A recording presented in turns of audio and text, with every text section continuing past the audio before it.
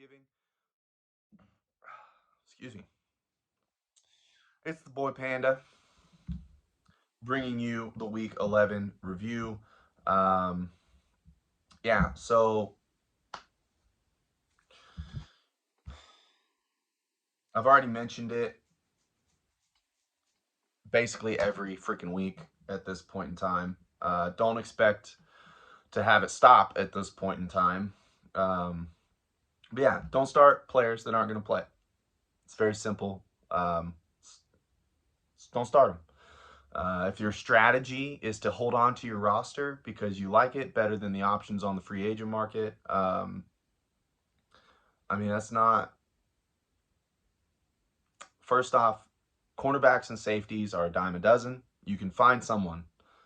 Chances are you could pick up the guy that you dropped for free. Maybe. If not, you probably have enough fab that you could buy them back. But whatever. Um, yeah, start players that are going to play. It's stupid.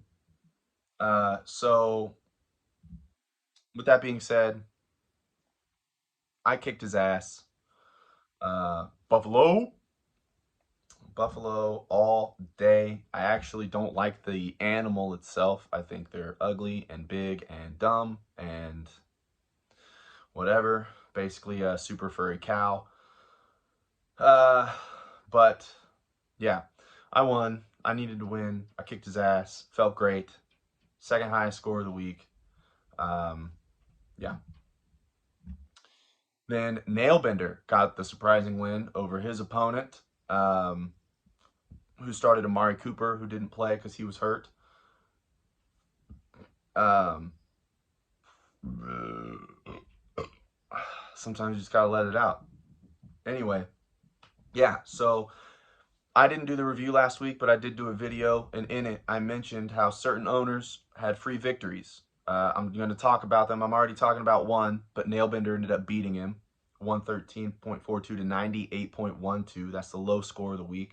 The next one was Donald Trump of Fantasy Football going up against Joe Crutel. Joe Crutel ended up winning that 148.38 to 121.57. And then the last one was Caitlyn Jenner going up against the lost owner, who isn't ever going to get renamed because fuck you. Yeah. Caitlyn Jenner's the only one that actually performed, 185.53, fifth high score of the week. Like as in his fifth this season. Absolutely unreal. And the lost owner had 120.13. So absolutely crazy. Some people that I really thought were going to win this week ended up not winning. I'll get to the next one at the end of the review section. Yeah, so Foosball kicked his opponent's ass, 156.45 to 109 even. They started Marquise Brown, who wasn't playing. Yeah, so screw that guy. Yeah, way to go, Foosball. And then the final upset and the final game to review, 22 Dream Team, 157.6 to 113.8 over Blue Team. Blue Team, what happened? Just a bad week. So all of the teams that I expected to do really well last week seemed to do bad, with the exception of myself and Caitlyn and Foosball. So crazy.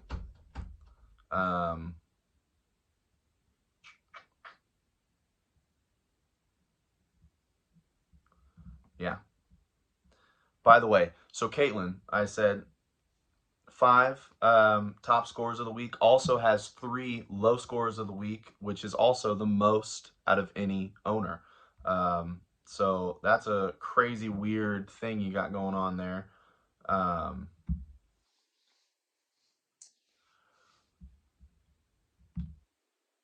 Next up, we're just going to do a quick little view of the playoffs.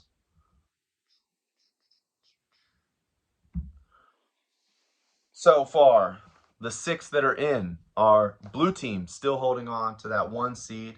Spencer Strasmore sits half a game back. 22 Dream Team.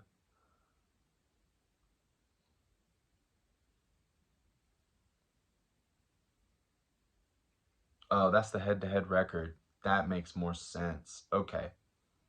22 Dream Team is 3, Bison the 4, Foosball the 5, and Caitlyn Jenner is hanging on there at the 6th spot. And then in terms of the first ones out, you have Nailbender sitting at the 7, Donald Trump sitting at 8, Joe Crutel at 9, the Chronic Panda at 10, King Turd at 11, and the Lost Owner at 12. I think that seeding is based off of power rankings. I don't know. It seems weird the way that that's ordered.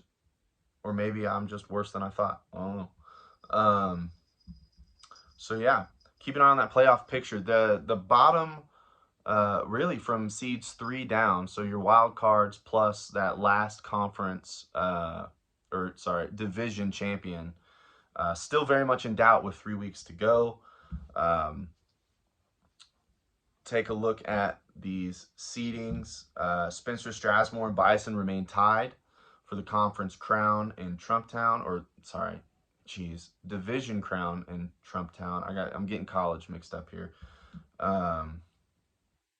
With Caitlyn Jenner at 3rd as that final wild card spot at 6 and 5. And then you have the Dream Team and the Chronic Panda that are this close to each other in Bidenville.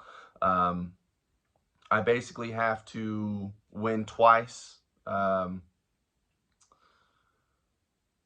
unless he manages to drop the last 2 games that he plays. That would be unreal. But anyway, I really need him to lose this week, and then I need to beat him next week if I have a hope to make the playoffs, or I need Caitlyn Jenner to just suck for the rest of the year, which doesn't seem like that's going to happen. And then in the Libertarian Shanty, you have Foosball still threatening, but comfortably in the playoff hunt right now, as long as he continues to do his business. And then Blue Team, obviously sitting in first place there.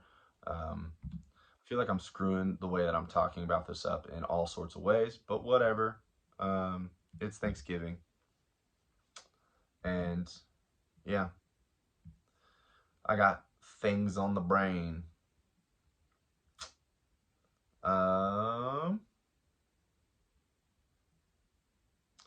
Yeah, so week 12. This is the last outside of division matchups of the season. So you have the Chronic Panda going up against Caitlyn Jenner. We have broken up. It was ugly and gross, and I expect it all to play out in this matchup. So, and then you have the Lost Owner going up against some guy, but that guy's probably going to win. Unless he thinks it's smarter for him to play a bunch of guys on bye because he doesn't want to drop anybody, in which case he might lose. Then you have Nailbender going up against Donald Trump. Nailbender coming off that upset. Donald Trump coming off that disappointment. Be interesting to see how that works. And then Joe Crutel and Spencer Strasmore. Similar situation. Joe Crutel just had an upset. Spencer Strasmore just had a disappointing, low-scoring week. And then the matchup, other than mine, that I'll be paying the closest amount of attention to, Foosball going up against 22 Dream Team. You know who I need to win this week. And go Foos. And then to round it out, you have Blue Team going up against some asshole. I fully expect Blue Team to win that because I don't expect that asshole to put in a proper lineup because he doesn't. So, for some reason. Yeah. So it's the week that was, the week that will be, and keep an eye on those playoff races. So with that, have a happy Thanksgiving. Enjoy your families. Panda out.